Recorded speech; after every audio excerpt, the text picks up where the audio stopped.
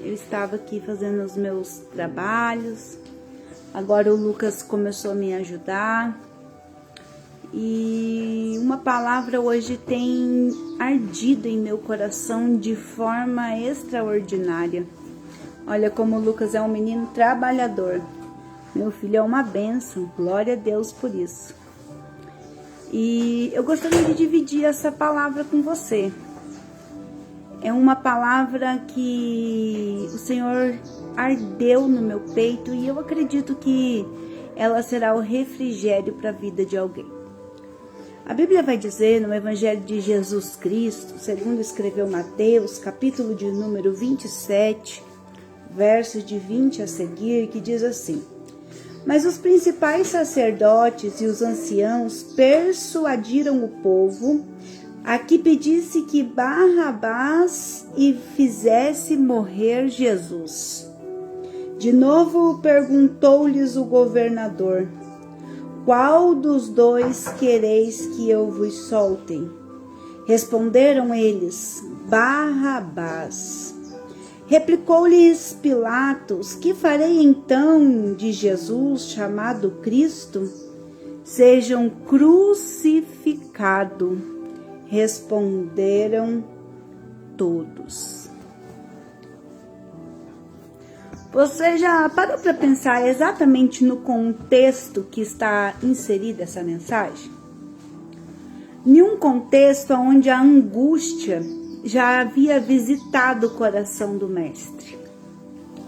Quando ele chama Pedro para que passassem a noite juntos, orando e adorando ao Senhor, para que ele chamasse Pedro para ir orar com ele, Pedro até adormece, e clamando aos céus ele diz: Deus, se possível, Senhor, aparta de mim este cálice, mas contudo que a sua vontade seja feita em nossa vida.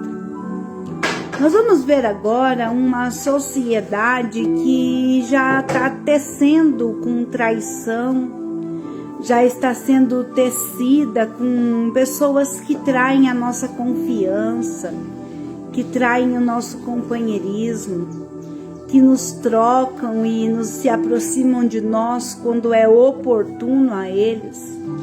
Tudo isso Cristo vivencia.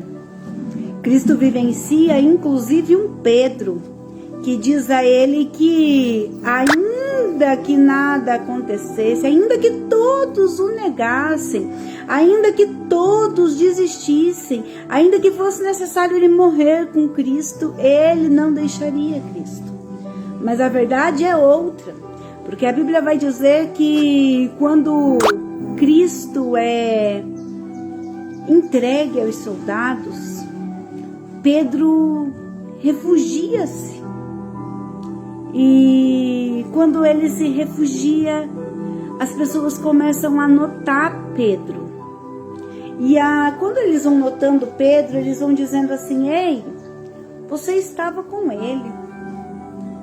Você se parece com ele.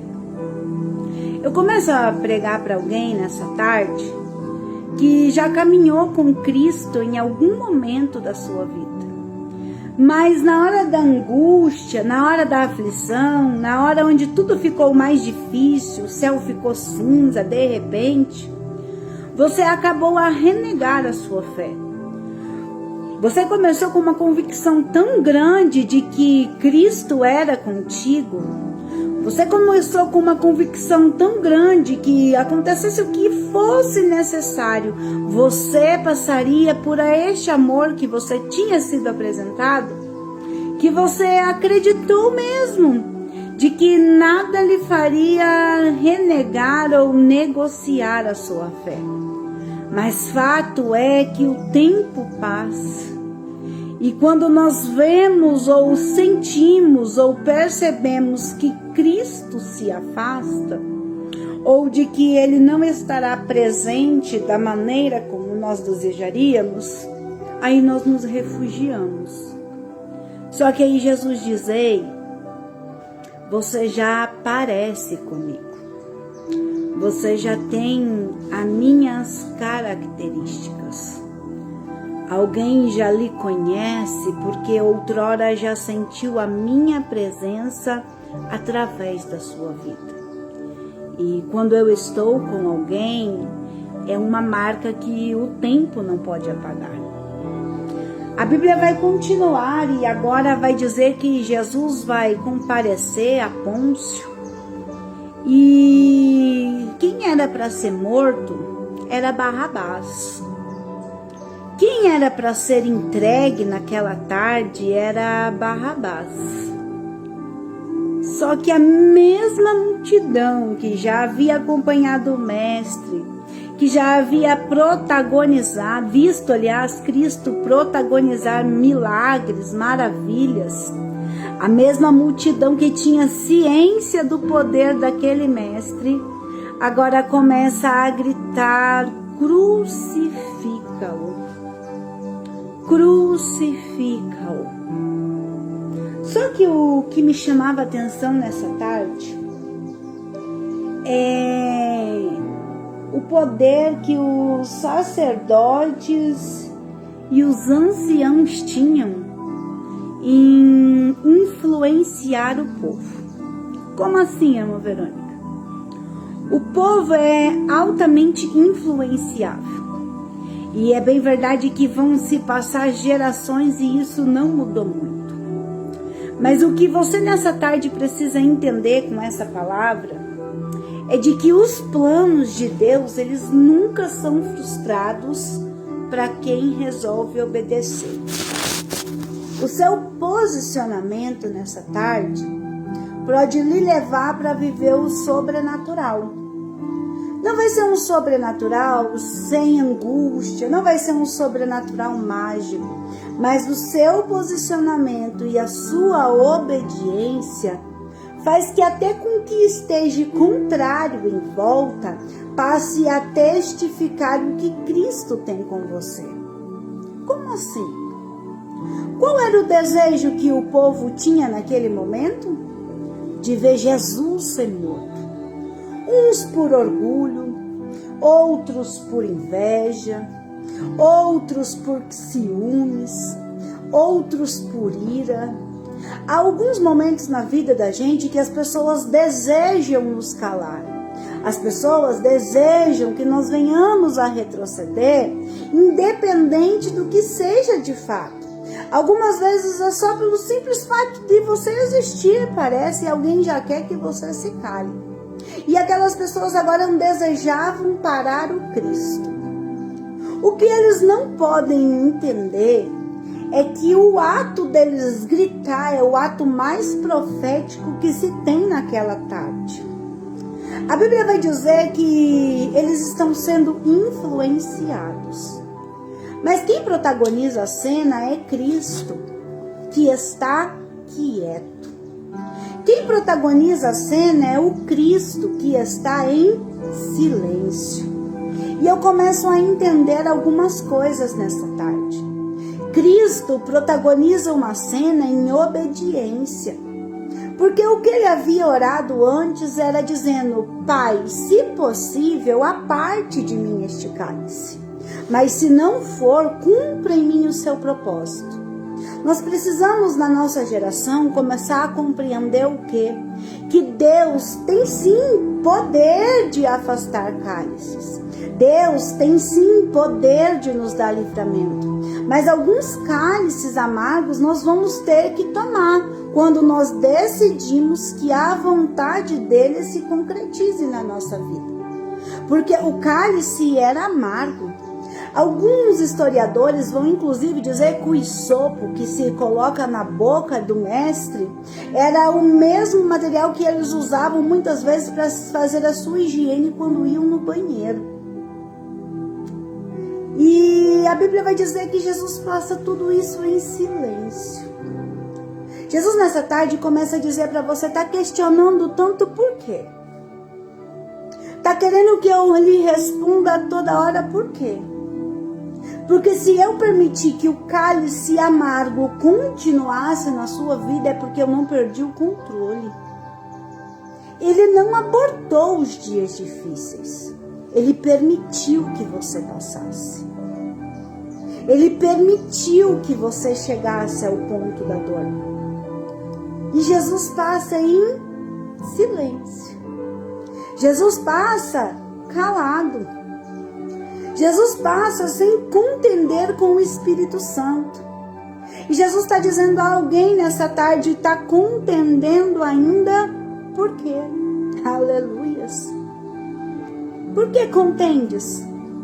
E o povo agora começa a gritar: soltem Barrabás, solte Barrabás, solte Barrabás. Sabe o que o povo não entendeu? É que quem está na obediência, a multidão não para a propósito. Aleluias. A multidão não impede propósitos. Aleluias. A multidão não interfere na decisão de Deus. Qual era a decisão de Deus, irmã Verônica? Qual era a decisão de Deus? Era de que Cristo morresse para que nós fôssemos livres. Mas a multidão está gritando: morra Jesus. A multidão está gritando: crucifica Jesus, irmã. Não entendi como é que a multidão não está sendo vencida ou vitoriosa. É porque Barrabás significa filho do Pai. E aí a multidão está dizendo: solte os filhos do Pai. Solte-os. Eles têm condenações. Eles são culpados. Eles realmente mereciam a cruz. Essa era a condenação da vida deles. E eles sabem disso. Nós sabemos. Só que eles começam a dizer: Barrabás, soltem Barrabás. E aí ele está dizendo: a multidão pensou que aglomerou para impedir o propósito de Deus. A multidão pensou que ia fazer aquele tumulto e os planos de Deus seriam frustrados. Mas o que eles não entenderam é que Jesus estava na obediência. E quem obedece, Deus trabalha por ele. E aí, ainda que o desejo do coração deles fosse de ver Cristo sendo morto, Deus permite a morte de Cristo, mas justificando pela própria multidão, dizendo: solte os filhos do Pai, porque o Cristo será morto.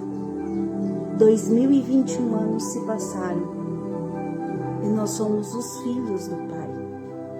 A cruz era minha, a cruz era sua. Nós não merecíamos estar aqui nesta tarde. Não. Ah, se não fosse essa graça, o que é que seria de nós hoje? Nós somos os Barrabás. Nós somos os filhos do Pai, que Ele deu o seu único e amado Filho, Cristo Jesus, que é Deus com Ele, por amor a minha e a sua alma. Barrabás foi solto e Cristo crucificado. Se nós olharmos para a humanidade, que é o que a gente limita muitas vezes a nossa visão, nós só vamos dizer: e daí? Barrabás já passou. E aí os anos já se passaram. Mas se nós olharmos a história que a Bíblia nos traz, nessa tarde Ele está dizendo: ei, teve um homem que veio há 2021 anos atrás, sabendo das suas condenações, sabendo dos seus pecados, sabendo das suas limitações humanas, mas suportou tudo calado, porque libertar os filhos do Pai era o verdadeiro propósito da sua chamada. Aleluias. Que esta palavra fique cravada em seu coração. E que nessa tarde você não se sinta prisioneiro dos seus problemas. Que nessa tarde você não se sinta prisioneiro da multidão. Mas que nessa tarde você se sinta liberto por Cristo Jesus.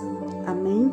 Que Deus vos abençoe e lhe conceda uma excelente tarde, em nome de Jesus.